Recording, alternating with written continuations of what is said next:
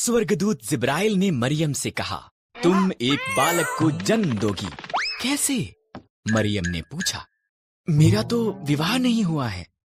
परमेश्वर का पवित्र आत्मा तुम पर आएगा, बालक परमेश्वर का पुत्र होगा। मरियम ने उस पर विश्वास किया। मरियम की मंगनी यूसुफ के साथ हुई थी, पर उसने उसकी कहानी पर विश्वास नहीं किया, इसलिए स्वर्गदूत उसके पास भी आया। मरियम झूठ नहीं बोल रही है, उसका बालक परमेश्वर का पुत्र होगा, तुम उसका नाम यीशु रखना। कई महीने बीत गए, तब वो बैतलहम यूसुफ के शहर में सरकार के पास नाम लिखाने के लिए यात्रा करके गए। उस लंबी यात्रा के बाद मरियम के जन्म देने का समय आ पहुंचा। बैतलहम में सभी सराएं भरी हुई थीं। इस तरह से परमेश्वर का पुत्र एक अस्तबल में पैदा हुआ, कपड़ों में लपेटा गया और एक घास के बिस्तर पर रखा गया। उन्होंने उसका नाम यीशु रखा। उस रात को एक स्वर्गदूत बैतलहम के निकट पहाड़ियों में कुछ चरवाहों पर प्रकट हुआ। सुसमाचार, स्वर्गदूत ने कहा, तुम्हारा उद्धारकर्ता पैदा हुआ है, वो बैतलहम में एक चरनी में रखा हुआ है। अचानक और स्वर्गदूत प्रकट हुए, इतने ज्यादा कि उनसे पूरा आकाश भर गया। आकाश में परमेश्वर की महिमा। उन सब ने गीत गाया, पृथ्वी पर उन मनुष्यों में जिनसे वो प्रसन्न है शांति हो। जब स्वर्गदूत चले गए, चरवाहे जल्दी से बैतलहम के लिए निकले।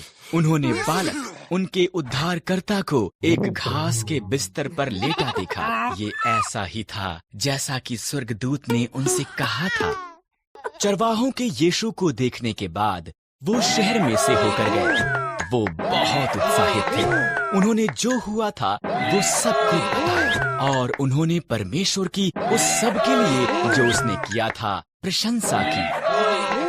नहम्याह फारस के राजा अंतर्क्षत्र का पियाऊ था। नहम्याह ने सुना कि यरूशलेम विनाश में पड़ा था और ये कि उसके मित्र वहां पर परेशानी में थे। उसने उनकी सहायता के लिए परमेश्वर से कहा। परमेश्वर ने राजा अंतर्क्षत्र के साथ बात करने के लिए नहम्याह को साहस दिया। नहम्याह ने पूछा कि क्या वो यरूशलेम जाकर उनकी दीवार बनाने में सहायता कर सकता है। अंतर्क्षत्र सहमत हो गया। नहम्याह यरूशलेम के लिए निकल पड़ा। नहम्याह यरूशलेम में घूमा। हालात जितना उसने सुना था उससे भी बुरे थे। ये एक बड़ा कार्य है, उसने उसके लोगों से कहा, पर परमेश्वर की सहायता के साथ हम इस दीवार का पुनः निर्माण कर सकते हैं। प्रत्येक ने परिवारों में और समूहों में पहले फाटकों का निर्माण करने के लिए कार्य किया।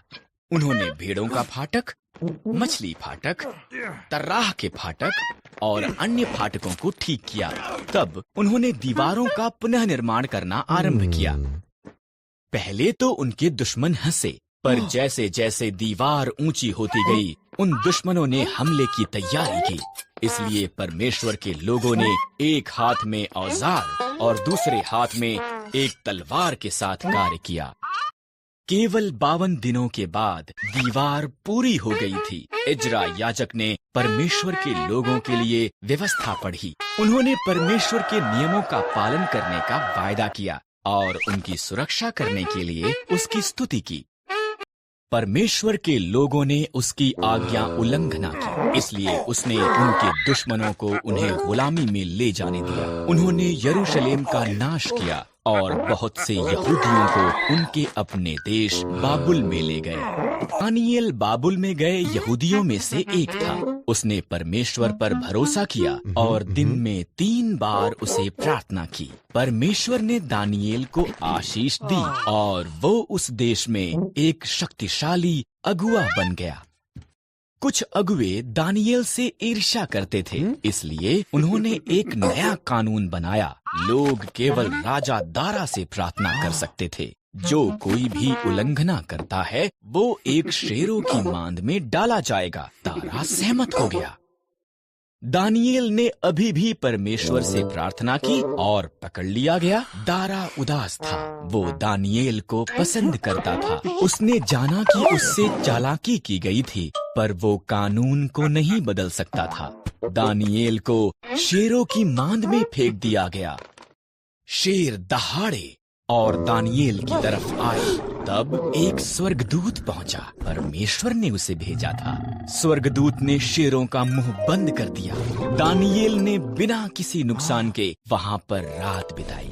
दिन निकलने पर राजा दारा ये देखने के लिए गए कि क्या दानियेल जीवित था। परमेश्वर ने मुझे बचाने के लिए स्वर्गदूत को भेजा, दानियेल ने कहा। राजा रोमांचित हुआ। दानियेल को शेरों की मांद से बाहर निकाला गया।